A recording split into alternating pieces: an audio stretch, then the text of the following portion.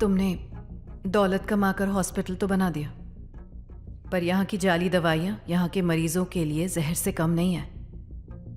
तुम समझ रहे हो क्या किया है तुमने?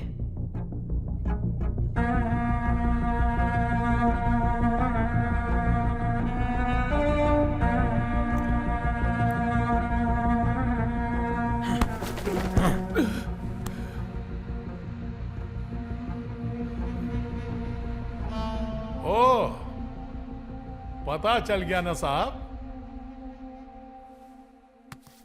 जो आज ही हमारी हालत है तुम्हारे कारण है।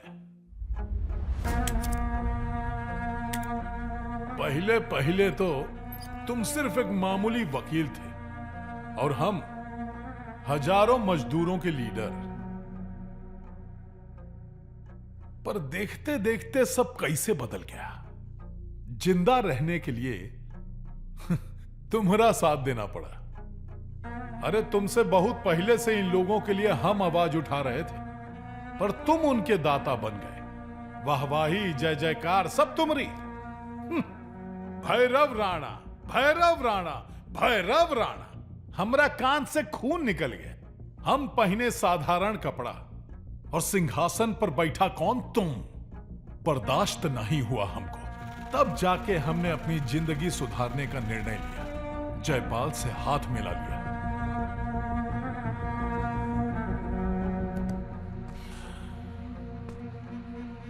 तुम्हारी बहन अपने पति से बहुत प्यार करती है और तुम उससे प्यार करते हो। बाप रे, ऐसे जाल में फंसे हो कि निकलना मुश्किल है।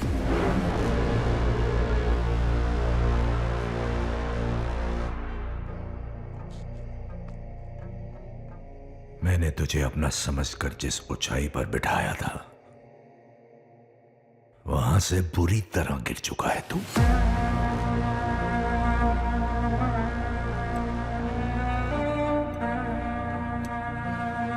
साहब, साहब,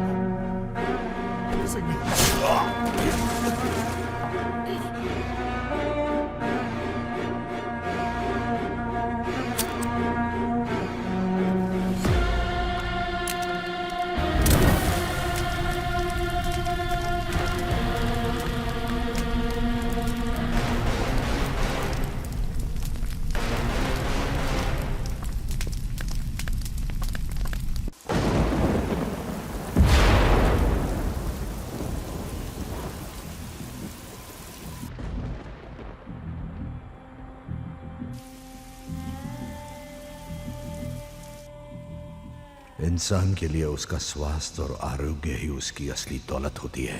भूख से तो वो निपट लेता है, पर आरोग्य की देन सबसे बड़ी देन होती है। इसीलिए अपनी बहन के पति पर मुझे बड़ा गर्व महसूस होता था, पर तू तो मसीहा के नकाब के पीछे छुपा शैतान का दूसरा रूप बनकर सामने आ गया। मैं इंडिया आया तो सिर्फ पैसे कमाने के लिए। हमारे मेडिसिन के फील्ड में ऐसे छोटे छोटे हादसे तो होते रहते हैं। अगर आपको इनके लिए इतनी ही दया आ रही है तो आप उनके फैमिलीज को आप ही के ट्रस्ट से जो चाहो वो दे सकते हो।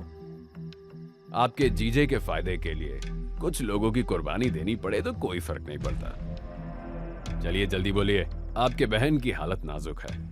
बेचारी मेरा इंतजार कर रही होगी। घर चलिए, बाद में घूर लेना।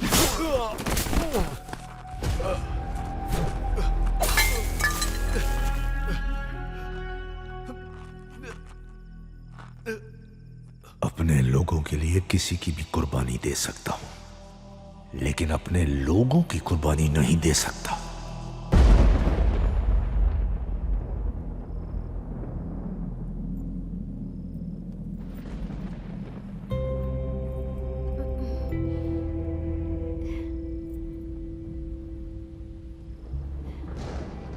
खाना खा लिया?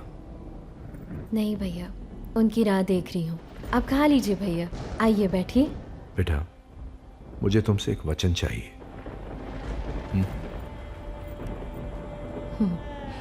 दिया वचन। तुम कभी मेरा साथ नहीं छोड़ोगी, और कारण मत पूछना,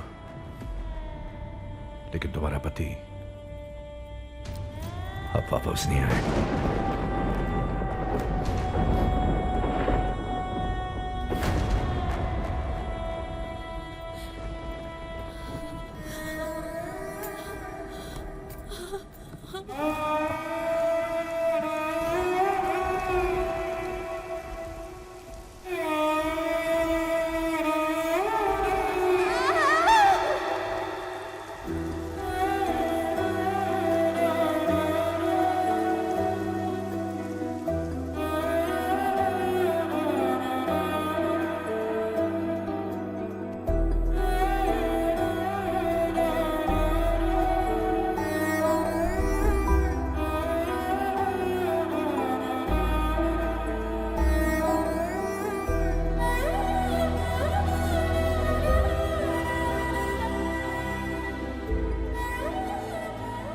भाई ने तो बस बहन का साथ चाहा था, पर बहन ने उम्र भर खामोश रहने का फैसला कर लिया।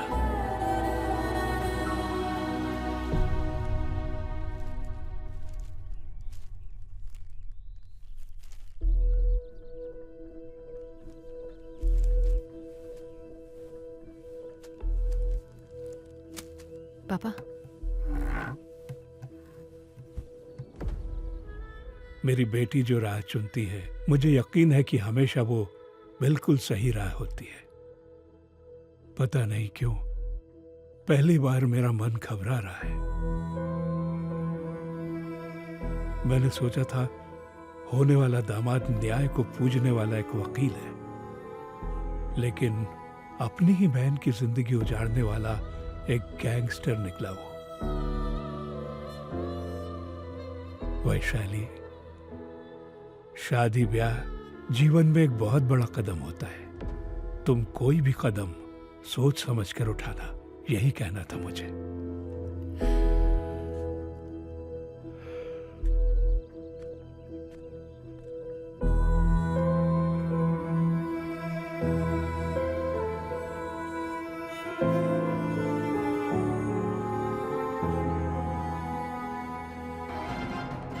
यूटी सरकार के करार के मुताबिक अगले 2.5 साल तक नमानाडु पार्टी ने मुख्यमंत्री पद त्याग कर एनएनआर पार्टी को सौंपने का निर्णय लिया है। इस महीने की 24 तारीख को मुख्यमंत्री पद में ये बदलाव होने वाला है, लेकिन हाल ही के हनी ट्रैप स्कैंडल के बाद मुख्यमंत्री पद सभापति को देने के बजाय गुरु ग्रंथ बद्री को इस पद के लिए चुना गया है।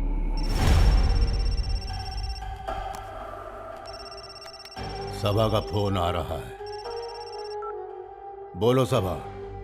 तुम्हारे भाई को सीएम बनाने के लिए तुमने मुझे इस हनी ट्रैप में अटका दिया। ये सरकार बनाने के लिए कितनी मेहनत की है मैंने, ये जानते हुए भी, ये तय होने के बाद भी कि तुम पार्टी प्रेसिडेंट बनोगे और मैं सीएम।